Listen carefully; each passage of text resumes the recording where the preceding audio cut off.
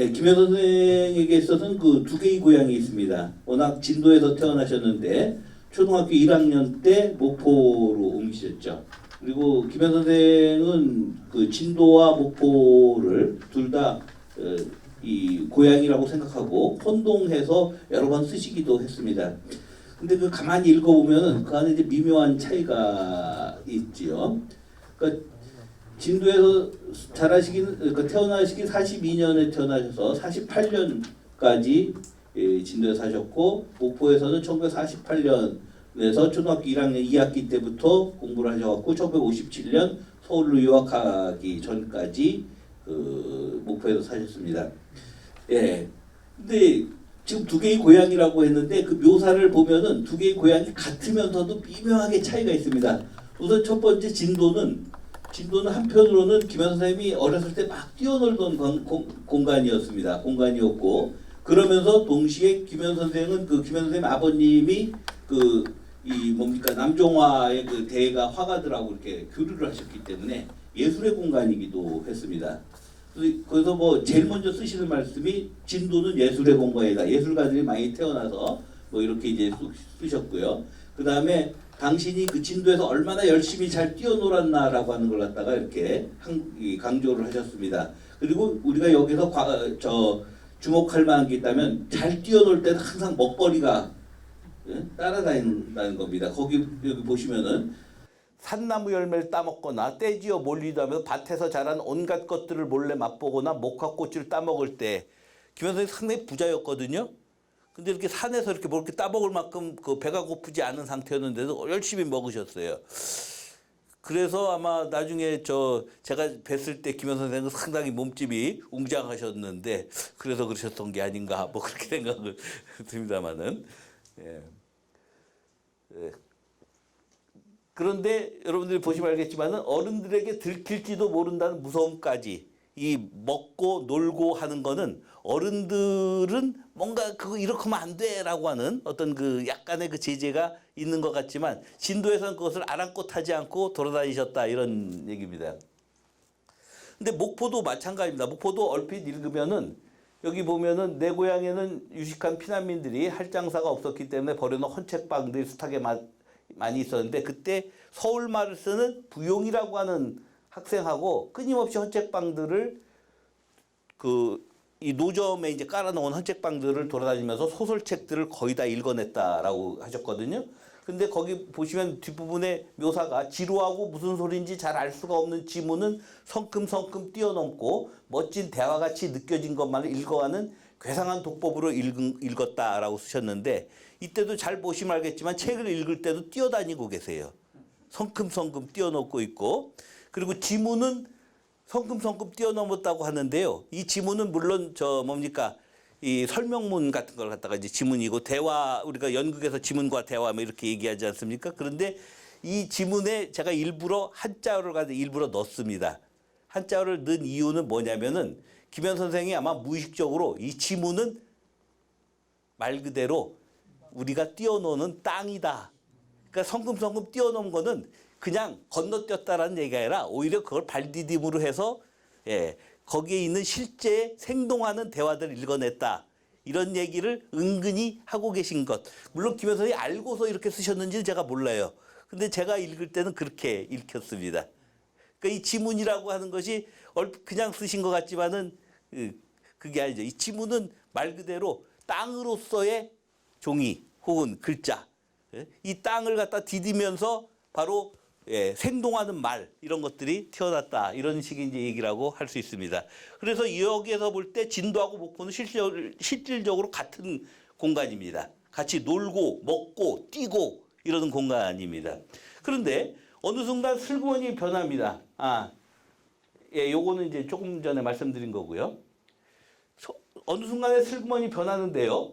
목포가 즐겁게 뛰어노는 공간에서 슬그머니 바뀝니다. 그러면서 일종의 제재가 들어오는 통제가 들어오는 공간으로 바뀌어서요. 이 구조만 보면은 진도와 목포는 처음에 같았다가 나중에 목포가 분화가 되었다가 다시 이제 진도하고 목포가 이렇게 갈라지게 되는 그런 구조로 이루어져 있습니다.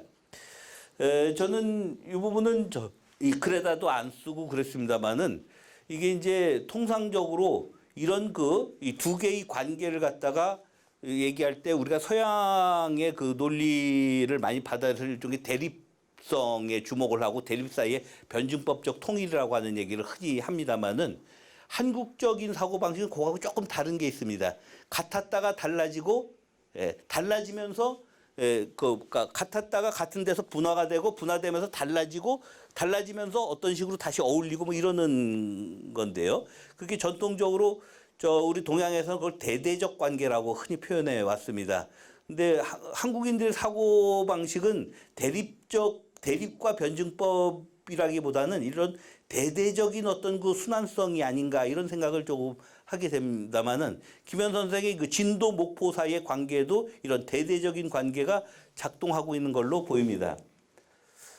그 제재가 어떻게 가해지느냐 이렇게 보시면은 제가 그 친구가 아까 헌책방을 돌아갈 때 부용이라고 하는 친구가 있었다고 그랬잖아요. 근데 여기도 친구가 나옵니다. 맨 먼저 머릿속에 떠오르는 것은 국민학교 1학년 때 내 짝이었던 고깃집 아이의 혈색 좋은 두툼한 얼굴이고 그 얼굴에 겹쳐서 어떻게 된 영문인지는 알 수 없지만 아이들과 싸우다가 내가 머리를 거꾸로 하여 처박혔던 내 집 앞에 거울이다. 개울이다. 죄송합니다. 예. 이렇게 쓰셨습니다. 그러니까 열심히 뛰었는데 뛰어놀다가 어느 막바지에 갑자기 거기에 뭔가 넘어진 거예요. 왜 넘어졌는지는 완전히 감추어져 있습니다. 어찌된 영문인지 알 수가 없고 왜 친구의 고깃집 아이의 혈색 좋은 얼굴이 나오는지도 알 수가 없어요. 알 수가 없지만은 그 다음에 곧바로 넘어졌습니다. 그리고 나서 그 다음에 또 다른 문장에서는 그 개울이 끝이 남직한 먼 곳에서 춘원의 무정을 읽다가 어머니에게 들켜 책을 읽다가 처음으로 어머니한테 들켜갖고 야단 만든 얘기가 나옵니다. 처음에는 먹는 것, 뛰어노는 것, 책 읽는 게 전부 하나였습니다. 근데 이제는 책을 읽으면 이런 책은 읽으면 안 된다라고 어머니가 야단을 치시는 겁니다. 어떤 책? 소설책이죠. 소설책을 아직 그럼 뭘 읽어야 됩니까? 법률 책 이런 걸 읽었어야 되는데 소설책 읽으니까 야단을 맞은 거죠. 그래서 여기서부터 이제 제재가 옵니다. 그래서 선생님에게 있어서 책은 한편으로는 굉장히 즐거운 어떤 그 향유의 대상이자 동시에 책을 읽는다는 것은 뭔가 제재가 다가온다는 걸 갖다가 알고 있기 때문에 그 괴로운 것이기도 합니다. 그래서 선생님이 행복한 책 읽기라고 하는 일기책 제목을 그렇게 쓰셔갖고 유명해졌습니다만 선생님 평론집 중에 책 읽기의 괴로움이라고 하는 것도 있거든요. 예. 그러면 이제 여기까지 오면은 어떤 목포라고 하는 공간에서 문득 먹고 뛰고 읽고 하는 것에 제재가 다가왔다라고 하는 것을 알 수가 있습니다. 그래서 여기서 목포가 갈라지는 거죠. 노는 목포와 뭔가를 명령하는 목포 이게 갈라지는 거고요. 그리고 한 가지 덧붙여서 말씀드리자면은 이제 우리는 고깃집 아이의 혈색 좋은 얼굴이 여기 왜 나오는지 금방 이제 조금은 눈치챌 수가 있습니다. 왜 그럴까요? 김 선생님이 그걸 아시고 쓰셨는지는 모르지만 머릿속에 그 기억이 남았다고 하셨잖아요. 제가 볼 때 이거는 고기라고 하는 단어 때문에 떠오르는 겁니다. 먹는 거니까. 그러니까 그런 그 친구가 고깃집 아이의 혈색 좋은 두툼한 얼굴처럼 이렇게 그런 고기와 더불어서 먹고 뛰어노는데 갑자기 개울에 처박히게 되는 겁니다. 그러니까 놀면 그 대가를 치르고 말이라 라고 이제 어머니가 야단을 치시는 거죠. 그리고 나서 이제 어머니 얘기를 슬그머니 건너뛰어서 아버지가 나오는데요. 이때 아버지는 처음에는 옛날 얘기를 들려주시는 아버지예요. 근데 옛날 얘기를 들려주시는 아버지인데 이거 옛날 얘기가 점차로 성경 얘기로 바뀝니다. 근데 이 성경 얘기는 율법의 세계입니다. 그래서 맨 마지막만 읽었습니다. 그것은 성스러운 것이었고 다시 말해 세속적인 기준으로는 판단할 수 없는 것이었다. 이렇게 쓰셨는데요.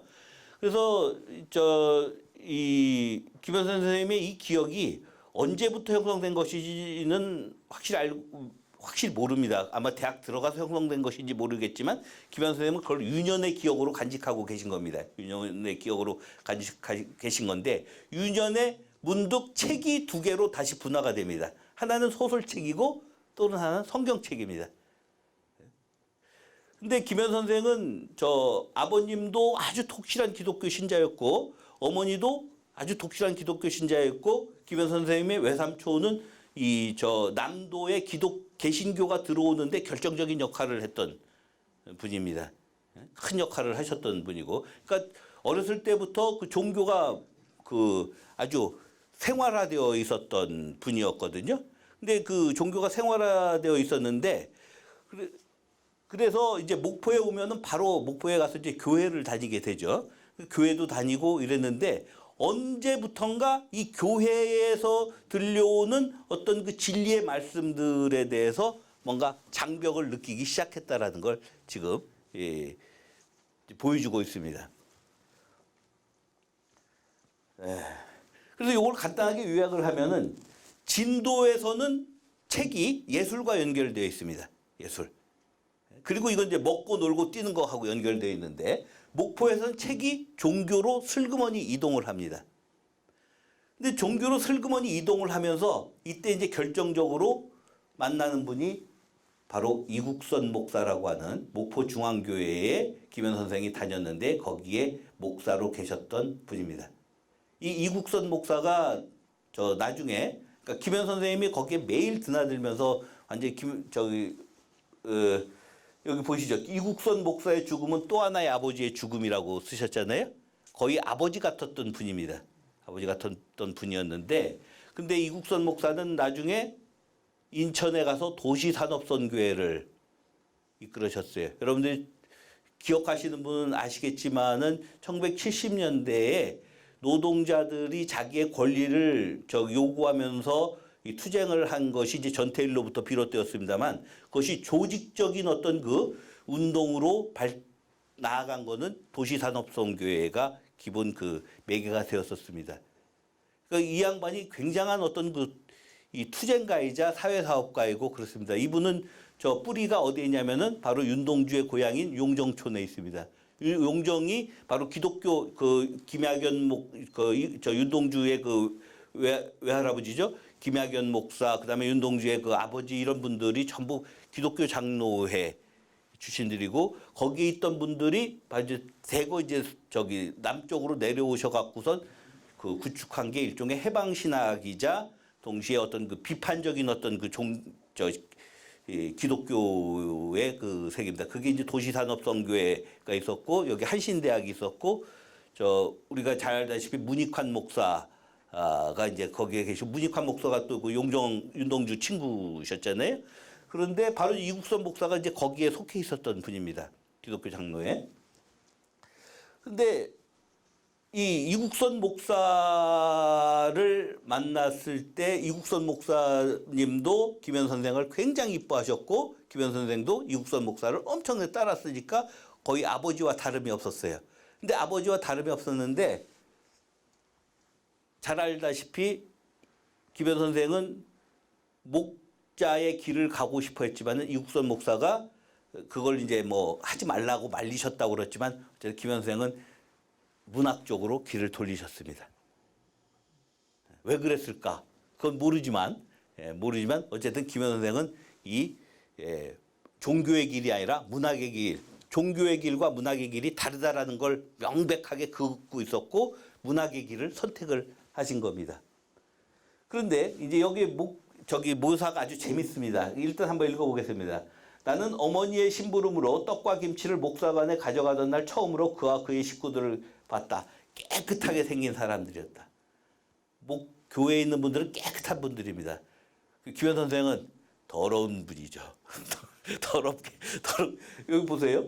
그는 맨발로 다니고 잠바기를 입고 있는 내 눈에 익숙한 사람이 아니었고 이게 당신이 생각하는 이 땅에 붙어 사는 이 고향 사람들의 모습입니다. 깨끗한 검은 예복을 입은 이방인이었다. 그 뒤로 나는 목사관을 제 집 드나들듯 들락거렸다. 집에서 가까웠으며 고전스러운 돌집의 마음에 들어서였으며 목사관의 이방인적인 청결함이 마음에 들었기 때문이다. 이렇게 쓰고 있어요. 그러니까 이 이국선 목사에 대해서 이끌린 것은 어떤 청결함입니다. 근데 이 청결함은 새로운 경험이었습니다. 그 전에 먹고 마시고 뛰고 읽고 하는 거하고는 다른 새로운 세계였었습니다. 그런데 김현 선생은 이국선 목사의 뒤를 따라가지 않고 자기 친구인 고재식 목사가 자기를 대신해 줬다라고 쓰셨어요. 고재식 목사는 여러분 잘 알다시피 김현 선생하고 목포의 그 고향 친구고요. 초등학교 때부터 같이 나왔던, 그리고 나중에 한신대학교 총장을 하셨죠. 돌아가셨습니다. 그래서 묘소에서 그는 그러니까 이국선 목사가 돌아가셨을 때 거의 실신할 듯 하였다. 아버지와 스승을 잃은 슬픔 때문이었으리라. 이거 누가 하는 말인지 모르겠어요. 아버지와 스승을 잃은 게 고재식인지 김현인지 알 수가 없게끔 표현되어 있습니다. 주어가 생략되어 있잖아요. 그 사실은 자기 얘기도 하고 있는 거예요. 그렇지만 고재식이라고 하는 친구가 고재식 선생이 그걸 따라줬다. 나는 그 슬픔을 이해할 수 있었다. 이해하고 뭐 이렇게 이제 묘하게 표현을 하셨죠. 그는 좋은 제자를 두었다. 그러니까 육선 목사가 좋은 제자를 두었다라는 것이고, 자기는 그 제자가 되지 않았다. 제자가 되는 길을 포기하였다. 이런 얘기를 하신 겁니다. 그리고 그 대신 당신은 예술로서의 문학을 택한 거죠. 그러면 이제 여기서 우리가 질문을 하게 됩니다. 이 양반이 너무 그 교회에 굉장히 이방인적인 청결함의 매혹을 당했으며 이국선 목사를 너무나 좋아했어요. 그리고 아버지라고 생각을 했어요. 아버지처럼 생각을 했는데 왜 떠났을까? 그 다음에 만일 떠났을 때 거기에 문학이나 예술이 종교와는 다른 의미가 있다고 생각하면 도대체 거기서 무슨 의미가 있다고 생각했을까? 이게 이제 우리가 물어봐야 할 핵심적인 질문이라고 생각을 합니다. 우선 이 질문의 근거는 김현 선생은 종교가 나쁜 거라고 절대로 생각하지 않았다는 겁니다. 처음에. 그럼에도 불구하고 떠났다는 거예요. 그래서 여기 보면은, 그런데 단 한 가지 단서가 있다면 이렇게 되어 있습니다. 나는 그의 염결성 깨끗함이 청빈함, 정직함, 진지함의 다른 말이라는 걸 깨달았고 그의 가난에 엄청난 도덕적 무게에 짓눌리곤 하였다. 그게 엄청난 도덕적 무게로 자기를 압박했다라는 얘기를 하고 있습니다. 내가 이국선 목사를 따라가려면은 청빈함, 정직함, 진지함을 실천해야 되고 거기에 맞춰갖고 엄청나게 가난해야 된다라고 생각을 하셨던 것 같아요. 근데 이것이 말 그대로 사실을 그대로 전달하고 있는 것 같지는 않습니다. 왜냐하면 문학을 택하는 것도 가난을 택하는 거거든요.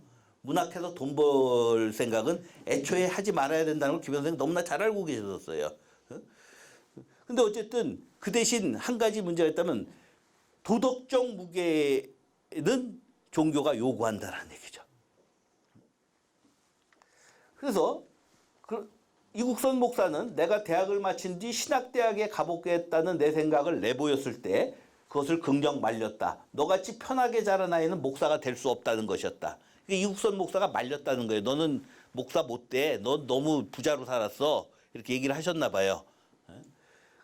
그래서 그 다음 사실은 생각이 더 재밌습니다. 나는 곱게 대학원으로, 이때 곱게라고 한 말에는 나는 이 말 듣고 속으로 쾌재를 부리면서 그래 이제 나는 종교 안 해 하면서 문학으로 신나게 뛰어갔다라고 하는 생각이 숨어 있습니다. 제가 볼 때는. 그리고 그래서 당신은 문학으로 갔고 이국선 목사는 가파른 길을 그대로 걸어갔습니다. 그래서 그는 계속해서 나에게는 닿을 수 없는 곳에 있는 아버지이며 스승이었다. 이렇게 되어 있습니다. 그러니까 지금 한 가지 단서는 종교에게는 문학처럼 매력적인 것이었는데 도덕적 무게가 하나 있어요. 다르다라는 겁니다.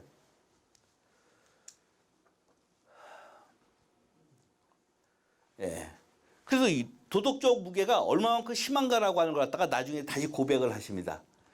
두 번째 대목만 보여드리겠습니다. 나라와 그 일을 먼저 구하라는 외침보다도 나에게는 그의 타블라라사가 훨씬 더 무서웠다.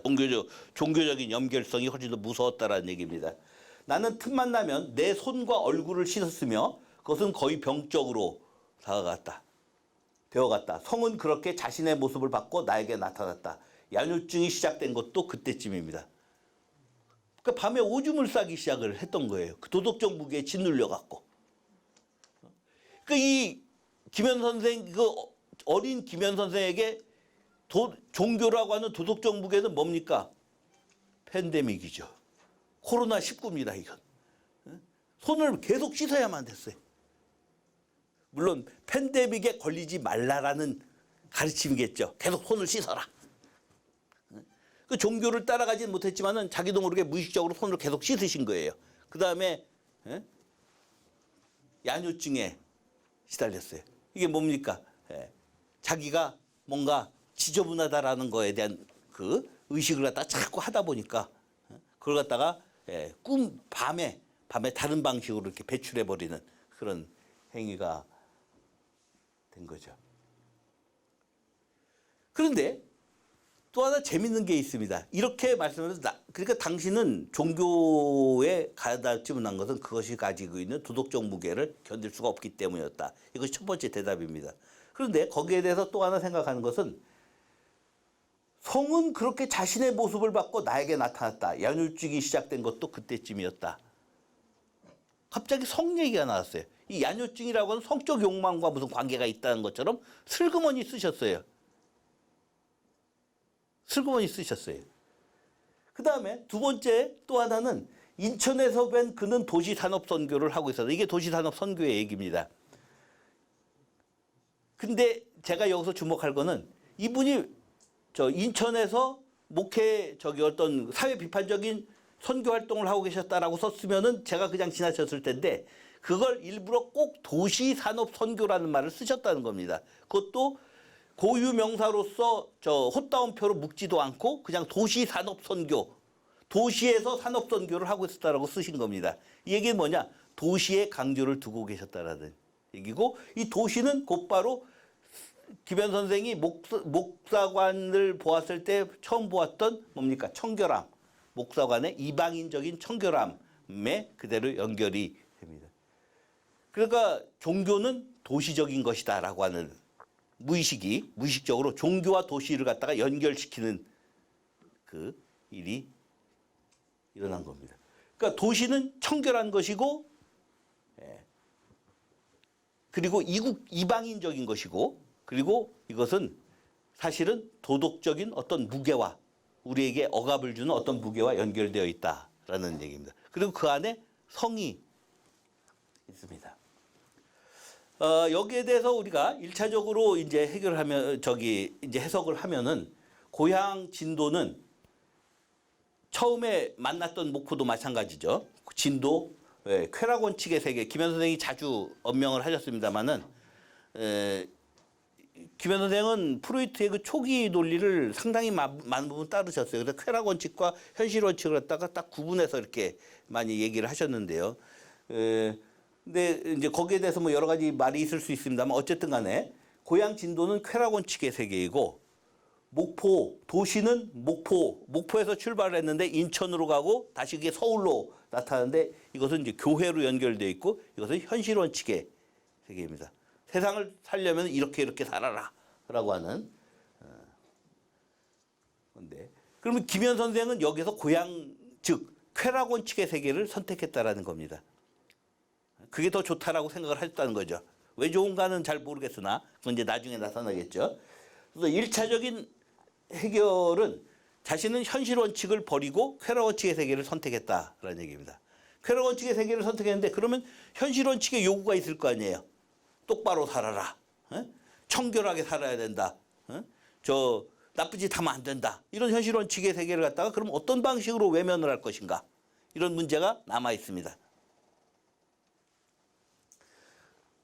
그런데 두 번째로는 바로 이제 여기에서 김현 선생은 이 기술을 보면 그렇게 됩니다. 당시 종교를 따르지 않았다고 그랬잖아요. 근데 종교를 굉장히 특이한 방식으로 다시 들여옵니다. 그것이 이제 두 번째 김현식 해결의 포인트가 있다고 저는 생각합니다. 그러니까 종교적인 것을 뭔가로 변형을 시킵니다. 그 포인트가 여기에 있습니다. 목사관의 문은 언제나 열려 있었고 거기에는 또한 나보다 어린 계집아이들도 있었다.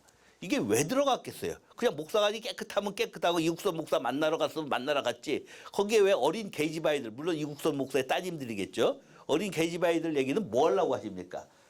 어린 계집아이들도 있었다. 국민학교 5, 6학년생이었던 나는 아마도 성을 알기 시작했던 모양이고 그래서 이방인들에게 흥미를 느꼈던 모양이다. 이방인들은 성적인 관계와 연결이 되어 있습니다. 이게 무슨 얘기인가? 이 부분을 해석을 하는 제가 볼 때 유일한 단서는 종교에서의 성을 여기 와서 성적 관계 성으로 치환을 하는 데 있습니다. 근데 이 성은 우리가 생각하는 유격적인 것 이런 게 아닙니다. 유격적인 것이 아니라 성은 말 그대로 이성입니다. 그래서 이방인이 나오는 겁니다. 이방인이 나오고 이 성은 뭐냐면 발견해야 할 것. 내가 모르는 것. 나는 고향이라는 건 완벽하게 자기동일성의 세계인데 이 자기동일성의 세계에서 나오는 건 먹고 놀고 뛰고 그 다음에 읽는 것 이겁니다. 완전히 자족적인 세계입니다. 이 자족적인 세계에는 타자가 없습니다. 근데 여성을 통해서 계집아이라고 표현하셨던 어린 계집아이를 여성을 통해서 내가 모르는 발견해야 될 것을 갖다가 생각해낸 겁니다. 그래서 그리고 나서 그걸 슬그머니 종교에다가 연결을 시켰어요. 연결을 시키면서 그냥 우리가 이제 성스러울 때 성은 엄숙하고 지켜야 할 것인데 이걸 갖다가 성으로 연결을 시키니까 낯선 것.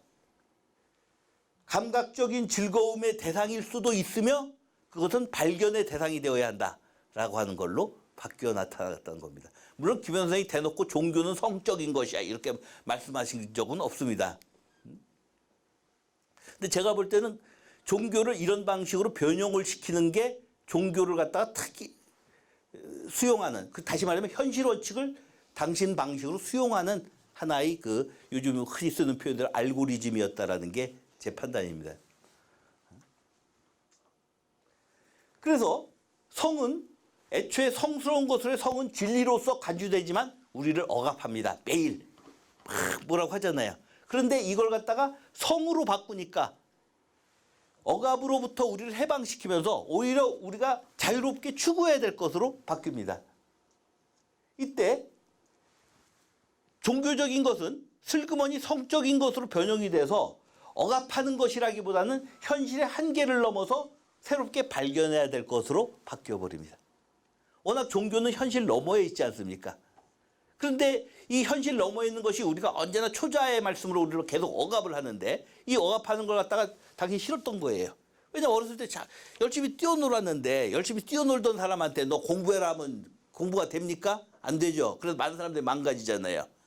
그러니까 김현선이 안 망가지려고 하다 보니까 종교를 갖다가 자기식으로 수용을 했는데 이 종교를 갖다가 성스러운 것에서 성적인 것으로 바꾸는 데 있었던 것이고 이 성적인 것은 말 그대로 난잡하다라는 의미에서 성적인 것이 아니라 낯선 것, 이성이라고 할 때 그 낯선 것, 발견해야 될 것으로 바꾸셨다라는 얘기입니다.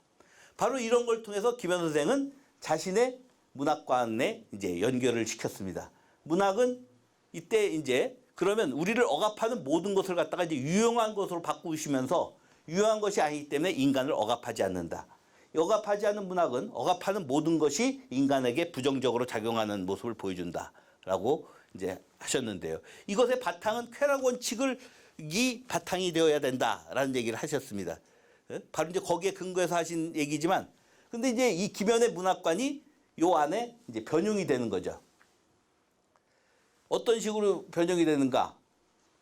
현실 원칙은 이제 지켜야 할 것이 발견이 아니라 발견해야 될 것이 되고, 발견해야 될 것이 되니까 쾌락 원칙의 세계도 발견할 것으로 바뀝니다. 왜냐하면은 그 성 얘기를 하신 그 직후에 쓰신 일기에, 그 일기에 나오는 얘기입니다. 어제 저녁에 오래간만에 강강수월래를 보았다. 내 유년의 기억에서 그것은 찬란한 축제 이미지였다. 그 빛나는 돔 속에 모르는 어떤 성적인 것이 숨겨져 있어. 갑자기 쾌락 원칙의 세계에서도 성적인 것이 나타나는데 내가 모르는 성적인 것이 슬그머니 나타나고 나는 그것이 무엇인지 몰라 애달아하였다. 라고 하셨습니다. 그러면서 쾌락 원칙에도 발견해야 할 것이 슬그머니 도입이 됩니다. 쾌락 원칙의 세계에도. 현실의 원칙의 세계도 발견해야 될 것으로 바뀝니다. 발견해야 될 것이 바뀌니까 어떻게 되냐면 그냥 거기에 대해서 막 무작정 도취해서 혹은 몰입해서 사는 게 아니라 이걸 갖다가 끊임없이 성찰하면서 살아야 된다라고 하는 하나의 논리가 거기에 개입하게 됩니다. 그래서 쾌락 원칙의 그 어렸을 때 최초의 고향, 쾌락 원칙의 세계는 무조건 노는 세계였습니다. 근데 노는 세계에 반성을 부착하게 됩니다. 반성을 부착하게 되니까 이렇게 쓰십니다. 내가 사랑을 이해하게 되자마자 여자들은 요 안에는 너무 험하게 쓰셔갖고 제가 뺐는데요. 왜 다시 설명을 드리겠습니다. 장미꽃 핀 하원을 드나드는 천사들이 되었다. 이 뒤에 쓰긴 썼네. 문학은 그 고깃 덩어리와 천사 사이를 왔다 갔다 하게 만드는 매개체이다. 이렇게 쓰셨습니다. 근데 시간 다 됐죠? 예. 1분 안에 끝내겠습니다. 다 됐습니다. 요 안에 감추어진 말 속에 고깃 덩어리기를 그치고 천사가 되었다. 이렇게 썼습니다. 여기에서 굉장히 그 김현 선생이 쓰시는 표현 중에 너무 과격한 표현인데 왜 이런 표현을 썼을까? 제가 처음에 굉장히 의아했어요. 근데 이것도 마찬가지입니다. 가만히 들으면 이때 고깃 덩어리는 먹는 것 이런 뜻이다. 먹는 것. 즉 어렸을 때 고향에서의 먹는 것, 뛰어노는 것, 책 읽는 것 이것이 하나로 되었었던 거죠. 그러니까 이거는 말 그대로 추악한 표현이 아닙니다. 무의식 속에 있었던 먹는 것에 대한 어떤 이 추억을 드러내는 겁니다. 그리고 이때 쾌락 원칙이건 현실 원칙이건 거기에 반성이 부착될 때 인간을 총체적으로 파악할 수가 있다. 이런 이제 결론에 도달되신 겁니다. 그래서 궁극적으로 김현의 문학관이라고 하는 것은 문학은 억압하지 않으니까 우리를 해방하죠. 근데 해방하지만 바로 해방으로 인해서 우리를 억압하는 모든 것에 대해서 반성하게끔 한다. 부끄럽게 한다. 이런 얘기입니다. 그래서 결국 김현의 문학관은 궁극적으로 향유와 반성의 복합체로 이렇게 되었는데 그것이 만들어지는 과정이 이랬다라고 제가 혼자 머릿속에서 그려본 겁니다. 예, 이것도 한편의 소설입니다. 예, 그만하겠습니다.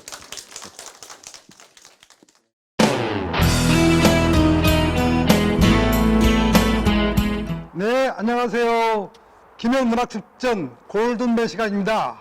정과대 선생님 강의 끝부분에서 정과대 선생님은 김현 선생님이 썼던 한국 문학의 이상, 문학 사회학 이 책에서 나오는 구절을 활용하면서 김현 선생님의 문학이 어디에서 시작되었는가를 이야기합니다. 예를 들어서 이런 구절입니다. 그러한 그의 문학적 자세가 어디에서 시작되었으며 그것은 어디와의 싸움을 통해 어디의 삶에서 즐거움을 발견하는 노력을 통해 이루어졌다는 그의 복잡하고도 동시에 명료한 사유의 모험을 의미하는 것이다. 이렇게 말했습니다. 이곳이 공간적인 장소를 말하는데요. 어디인가 맞추시면 됩니다.